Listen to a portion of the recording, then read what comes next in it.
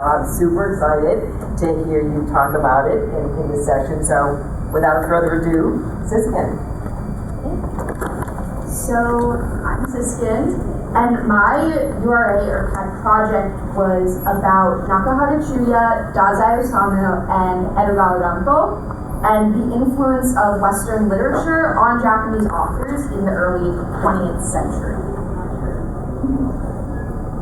And so, in the early 20th century, what I'm really looking at is the interwar period.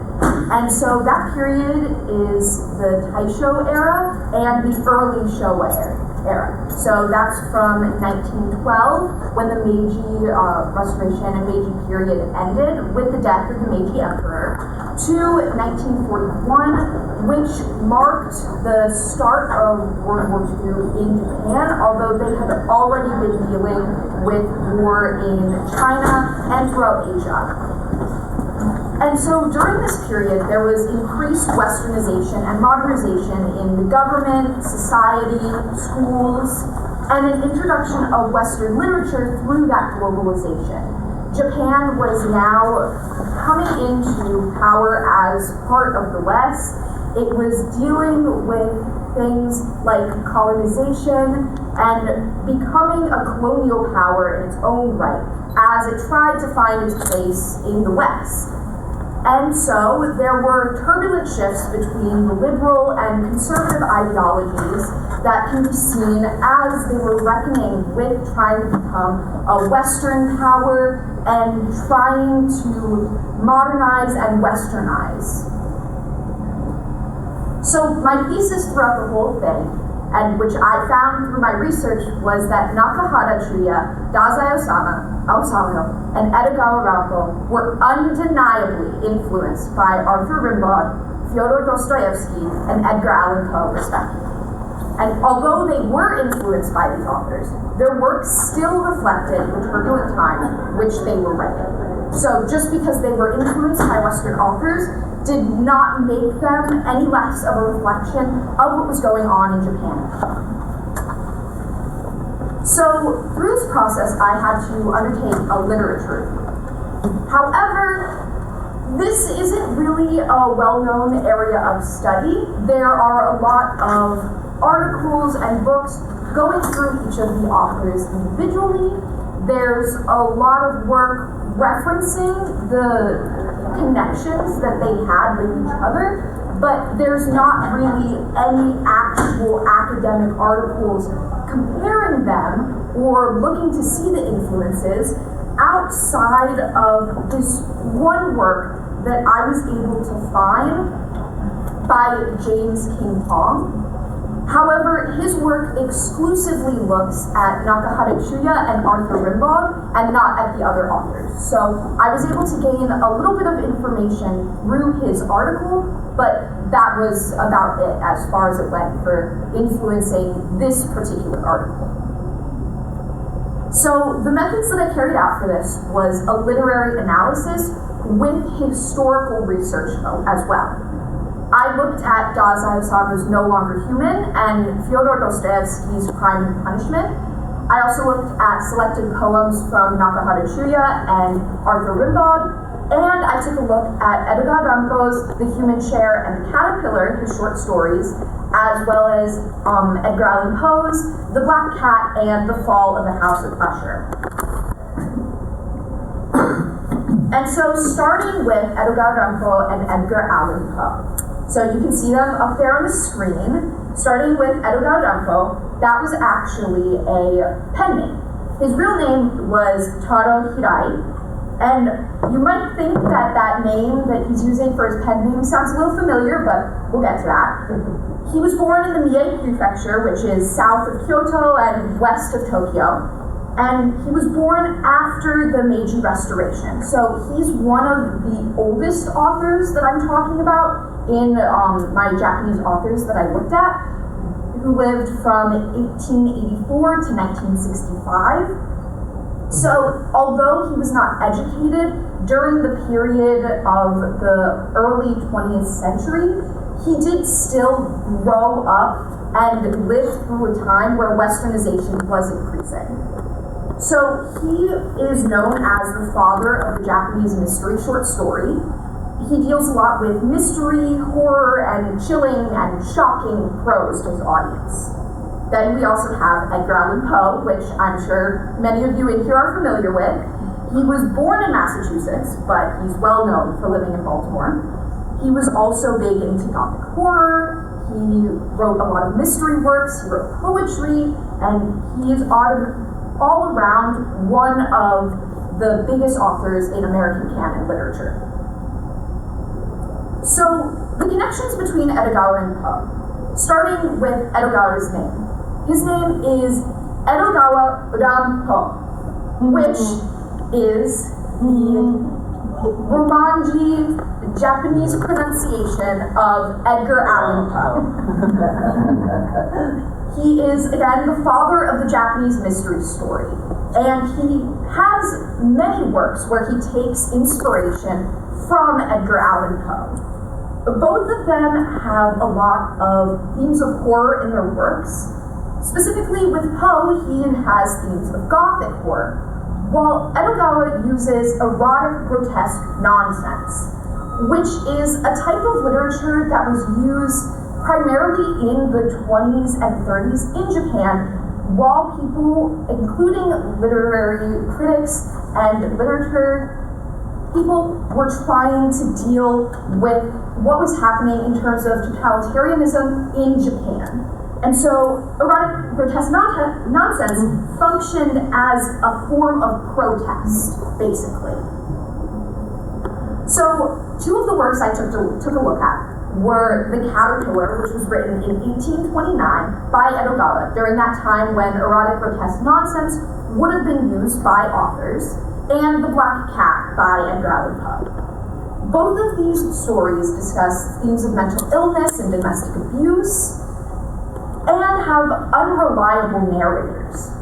However, The Caterpillar by Edogawa shows a clear sense of where he was in his life and what was happening in Japan, as the main character, or one of the main characters, is a heavily disabled veteran, which is telling because it was the early Showa period, and there had just been a war a few years before.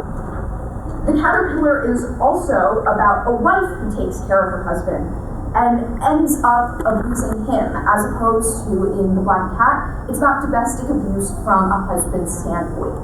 Both stories take use of what is called vertical horror and the horror of long spaces. So the ending of The Caterpillar, the disabled veteran, he ends up throwing himself into a well after the abuse he witnesses and deals with his wife. And in The Black Cat, the main character buries his wife in a cellar after killing her. So next, we have Nakahara Chuya and Arthur Rimbaud. There are only poets that I examined the poetry of. Nakahara Chuya was born in Yamaguchi Prefecture, which is southwest of Hiroshima. He had a very short life and literary career. He died of meningitis at 30. He played a lot with poetic form and sound, and his writing had themes of depression and melancholy that came from his own mental illness. His main work that he's very famous for is sheep songs.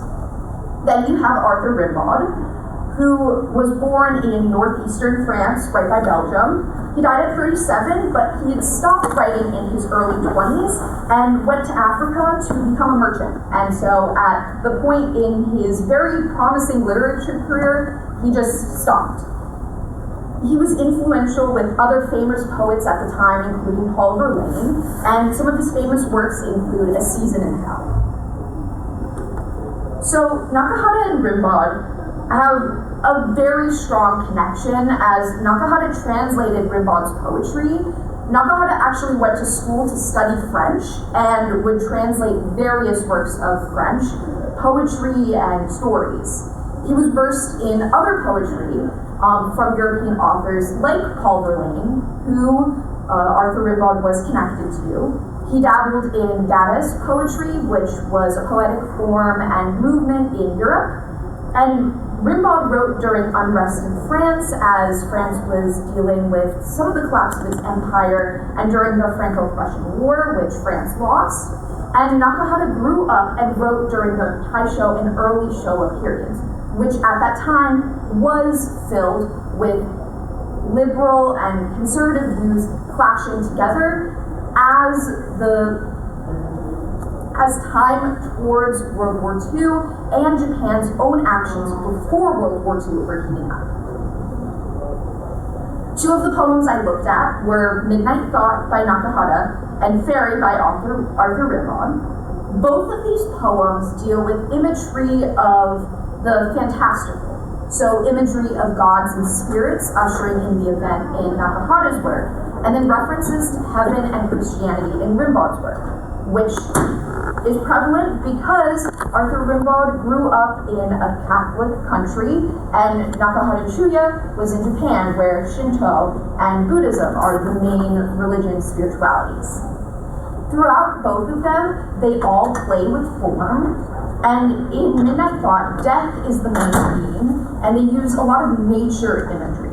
In Fairy, death and childhood are the main themes. So there's a lot of overlap with what they were covering within their poetry. Lastly, we have Dazai Osamu and Fyodor Dostoevsky.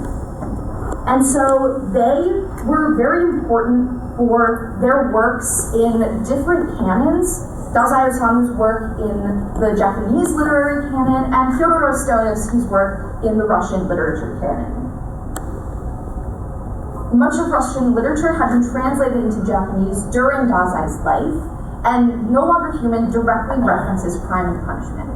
Both works feature an unreliable mentally ill narrator, reflections on human nature, and Dazai's work is still emblematic of a sense of doom that pervaded Japan in the early 20th century, particularly after World War II, when No Longer Human was released. Specifically, at some point in my work, I looked at the two female protagonists, or the two female love interests of both the main characters in No Longer Human and Crime and Punishment, Yoshiko and Sonia, specifically how they were handled throughout the story. Yoshiko is a representation of innocence, naivety, trust, faith, just like Sonia, except when Yoshiko is violently assaulted, her assault results in Dazai's main character falling from where he was at in life. He becomes more inclined to use drugs. He falls back into old habits.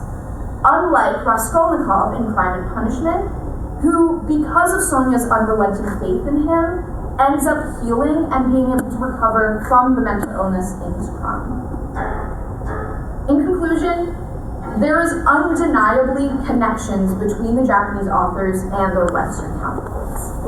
It's not just in their own works, but in interpretations of them. Like in Bungo Stray Dogs, a manga and anime series from 2012, these connections are more than prevalent and influences the characters' connections, their overall character arcs, and stories. The writings on their own are still their own and are massively respected in Japan.